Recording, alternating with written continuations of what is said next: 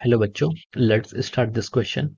So this question says which is greater, the angular velocity of the or end of watch and angular velocity of the earth around its own axis. ठीक है, तो हमें क्या बताना है कि कौन सी क्वांटिटी बड़ी होगी. ठीक है, हमें यहाँ पर क्या एंगुलर वेलोसिटी, कौन सी एंगुलर वेलोसिटी बड़ी होगी, हमें यहाँ पर क्वेश्चन में ये बताना है. ठीक है, तो देखिए बच्चों, इस क्वेश्चन का जो आपका की कॉन्सेप्ट है, इस क्वेश्चन का आप की कॉन्सेप्ट लिख सकते हैं कि ये क्या आपका एंगुलर वेलोसिटी पर बेस्ड क्वेश्चन है. ठीक है, यहाँ पर हमें क्या एंगुलर वेलोसिटी में बताना है कि कौन सी एंगुलर वेलोसिटी आपकी बड़ी होगी और कौन सी छोटी होगी. ठीक है, तो चलिए अब हम दोनों एंगुलर वेलोसिटी को यहाँ पर क्या करते हैं, कैलकुलेट करते हैं पहले. ठीक है, तो देखिए एंगुलर वेलोसिटी को हम डिफाइन करते हैं. एंगुलर वेलोसिटी होती है आपकी ओमेगा. ठीक है, एंगुलर वेलोसिटी को हम डिफाइन करते हैं आपकी, हाँ ठीक है, तो आपकी एंगुलर वेलोसिटी जो होती है, आपकी एंगुलर वेलोसिटी होती है आपकी, एंगुलर वेलोसिटी को हम जो डिफाइन करते हैं, एंगुलर वेलोसिटी ये होती है आपकी कितनी, ओमेगा 2 पाई बाई टी. ठीक है, इतनी आपकी एंगुलर वेलोसिटी होती है. ठीक है,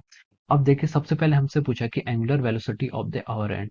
आवर एंड का मतलब ये है कि जैसे कि ये आपकी क्या है, ये आपकी घड़ी है. ठीक है, ये आपकी घड़ी है, इसमें आपका यहाँ पर 12 बजे होते हैं, यहाँ पर 3, यहाँ पर 6, यहाँ पर 9. ठीक है, अब देखिए इसका टाइम पीरियड कितना होता है. ठीक है, 2 पाई कॉन्स्टेंट, इसका टाइम पीरियड क्या होता है. ठीक है, टाइम पीरियड का मतलब है कि एक इसको अपने यहाँ से मान लीजिए अपना मोशन स्टार्ट करती है, फिर घड़ी ऐसे घूमती घूमती घूमती और फाइनली 12 पर आएगी. ठीक है, तो उसको कितने घंटे लगते हैं, हम कहते हैं कि इसको कितने घंटे लगते हैं, इसको 12 घंटे लगते हैं अपना टोटल 2 पाई एंगल को ट्रेस करने पर. ठीक है, तो हम इसका और एंड का जो हम टाइम पीरियड लिख सकते हैं कितना, 12 घंटे, 12 आवर्स इंटू 1 घंटे में कितने होते हैं आपके 60 मिनट्स, और 1 मिनट में आपके 60 सेकंड हो जाते हैं. ठीक है, तो ये आपका आएगा. ठीक है, तो अब इसको सॉल्व कर लीजिए, तो आप यहाँ से लिख सकते हैं 2 से इसे कैंसिल कर देंगे तो 6 हो जाएगा, is equal to pi divide by, यहाँ से 6 6 36 इंटू 6 कितना होता है आपका 216 और 2 जीरो आ जाएंगे पीछे से. ठीक है, so this is the radian पर सेकंड. ये क्या आ गया आपकी रेडियन पर सेकंड. ये आपकी क्या गई एंगुलर वेलोसिटी, किसके लिए आ गई, ये आपकी एंगुलर वेलोसिटी फॉर द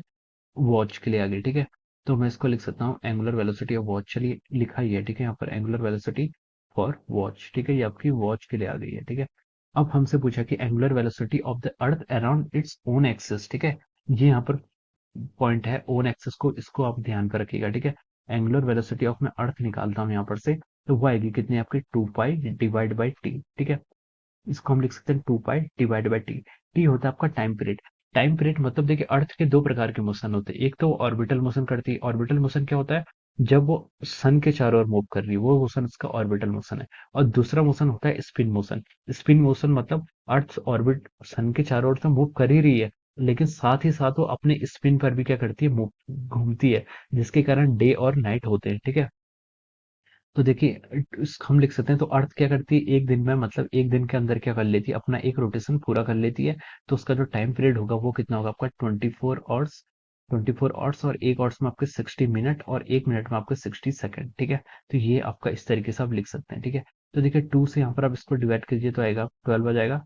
अब लिखिए 12 तो पाई को आप पहले ऊपर लिख लीजिए, डिवाइड बाई डिनोमिनेटर में आएगा. 12 इंटू 6 कितना होता है 76. 76 इंटू 6 कितना होता है आपका 432. ठीक है, 43200 आ जाएगा. इट इज इन रेडियन पर सेकंड. ये क्या आ गई आपकी एंगुलर स्पीड की क्या आ गई, यूनिट आ गई.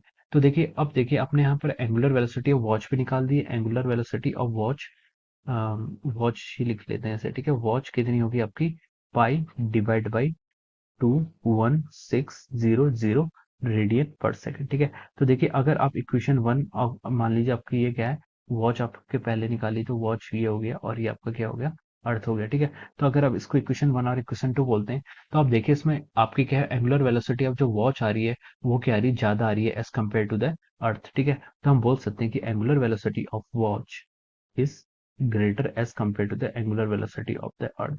तो देखिए क्वेश्चन हमसे क्या पूछा था कि which is greater the angular velocity of the hour end of the watch और angular velocity of the earth. ठीक है, तो हमारे यहाँ पर आंसर क्या निकल के आ गया कि हमारी जो होगी एंगुलर वेलोसिटी ऑफ द क्या है आपकी वॉच, वो क्या है आपकी ग्रेटर है. ठीक है, वॉच नहीं, इसको आप लिख लिया angular velocity of the our and. ठीक है, our end of the watch. ठीक है, तो ये आपकी क्या होगी, our end of the watch is greater than the earth. ठीक है, तो ये हो जाएगा, क्योंकि वॉच के अंदर आपके देखिए आवर एंड भी होता है, सेकंड भी होता है, वो भी होता है. ठीक है, तो ये आपके इसमें ग्रेटर हो जाएगा. ठीक है, तो हमने यहाँ पर प्रूव कर दिया, तो आवर एंड इज ग्रेटर. ठीक है, तो this is the answer of our question. ठीक है, so this is the answer of our question. So I hope you all understood this concept. All the best and thank you so much.